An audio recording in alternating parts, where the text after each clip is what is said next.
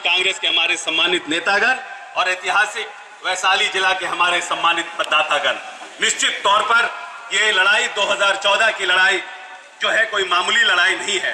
निश्चित रूप से ये लड़ाई विचारधारा की लड़ाई है कि किस करवट आने वाले 2014 का यह चुनावी आगाज किस करवट बैठेगा। हम सभी नौजवान साथियों से अपील और आग्रह करने आए हैं कि हम भारतीय राष्ट्रीय कांग्रेस के हमारे सम्मानित नौजवान जुझारू नेता संजीव प्रसाद टोनी जी, जो हम लोगों के कांग्रेस के एक मजबूत स्तंभ है, दलितों के, पिछड़ों के सम्मानित एक आवाज है, इनको भारतीय राष्ट्रीय कांग्रेस के हमारी नेत्री श्रीमती सोनिया जी ने आपका उम्मीदवार बनाया है।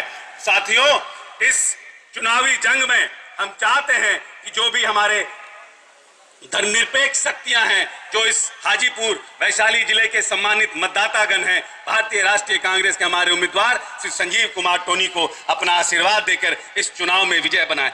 निश्चित रूप से 2009 और 10 के चुनाव में भारतीय राष्ट्रीय कांग्रेस ने इस प्रदेश में अकेले चुनाव लड़ा था और अकेले चुनाव लड़ने का हालात ये हुआ कि धर्मनिरपेक्ष शक्तियां इस प्रदेश में बुरी तरह से पिटी। भारतीय राष्ट्रीय कांग्रेस की नेता श्रीमती सोनिया जी ने निर्णय किया कि हम इस धर्मनिरपेक्ष 2014 के इस चुनाव में धर्मनिरपेक्ष वोटों का बंटवारा नहीं होने देंगे। फिरका परस्त ताकतों को इस प्रदेश में हम मुंहतोड़ जवाब देंगे और हमने भारतीय राष्ट्रीय कांग्रेस ने राष्ट्रीय जनता दल के साथ गठबंधन का निर्णय किया और इस गठबंधन का निर्णय का सिर्फ एक ही कारण है कि हम चाहते नहीं है कि इस प्रदेश में फिरका परस्त ताकत को हम फिर से उभरने दें। जिस तरह से माननीय इस प्रदेश के मुख्यमंत्री जी ने 17 साल तक भारतीय जनता पार्टी के साथ गठबंधन करके इस प्रदेश में फिरका परस्त ताकतों को मजबूत और संपोषित किया और भारतीय जनता पार्टी को इस प्रदेश में संगठित और मजबूत होने का मौका दिया।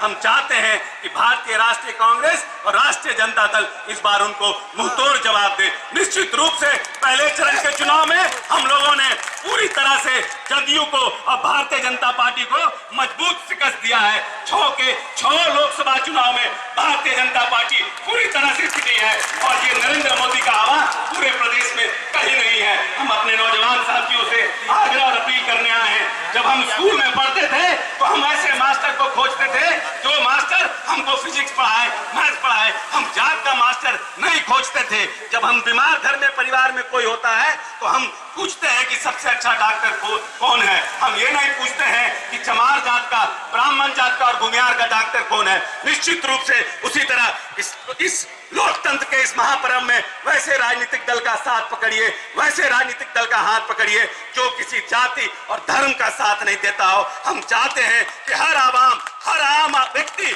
मजबूत हो।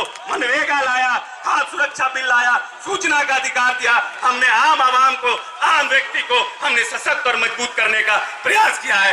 आने वाले घोषणा पत्र में भी हमने स्वास्थ्य का अधिकार, घर का अधिकार देने की बात कही है। हम आम जनता को, आम आवाम को सशक्त करना चाहते हैं। जिस तरह से, एक मिनट अध्यक्ष जी, जिस तरह से माननीय मुख्यमंत्री जी पूरे प्रदेश में घूम घूम कर कहते हैं कि विशेष राज्य नहीं मिला, प्रदेश भारत की सरकार हमारे साथ सौतेला व्यवहार कर रही है। हम पूछना चाहते हैं माननीय मुख्यमंत्री जी, जनता प्रदेश की जवाब चाहती है कि जब आप एनडीए के मंत्री थे तो बिहार को कितना पैसा मिला।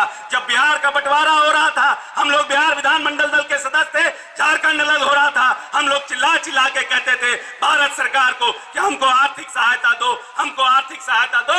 एनडीए के शासनकाल में, इस 5 वर्ष के शासनकाल में बिहार को 7,742 करोड़ रुपया मिला और यूपीए 1 और यूपीए 2 के शासनकाल में हमारी राष्ट्रीय अध्यक्षा ने पिछले विधानसभा चुनाव में घूम घूम कर इस प्रदेश की जनता से वादा किया था कि इस प्रदेश में हमारी सरकार बने न बने, लेकिन बिहार की मूलभूत संरचनाओं के विकास के लिए केंद्र सरकार की संकल्पित है। हमने 1,42,000 करोड़ रुपया इस प्रदेश की मूलभूत संरचनाओं के विकास के लिए दिया। प्रधानमंत्री सड़क योजना हो, राजीव गांधी विद्युतीकरण हो, इस वित्तीय वर्ष में इंदिरा आवास का हमने पूरे हिंदुस्तान के आवंटन का 25% पैसा इस प्रदेश को हमने दिया। हम कमिटमेंट के साथ इस प्रदेश का विकास चाहते हैं। हमारी विचारधारा है कि जो प्रदेश हमारा पीछे है हम उसको आगे लेकर के आए। इन तमाम बातों के साथ समय कम है और माननीय दो नेताओं को बोलना है। हम आपसे आग्रह और अपील करने आए हैं अपने नौजवान साथी से, जाति धर्म से ऊपर उठकर भारतीय राष्ट्रीय कांग्रेस और आरजेडी का दामन पकड़िए और इस प्रदेश में धर्मनिरपेक्ष शक्तियों को मजबूत और मजबूत करिए। बहुत बहुत धन्यवाद। जय हिंद।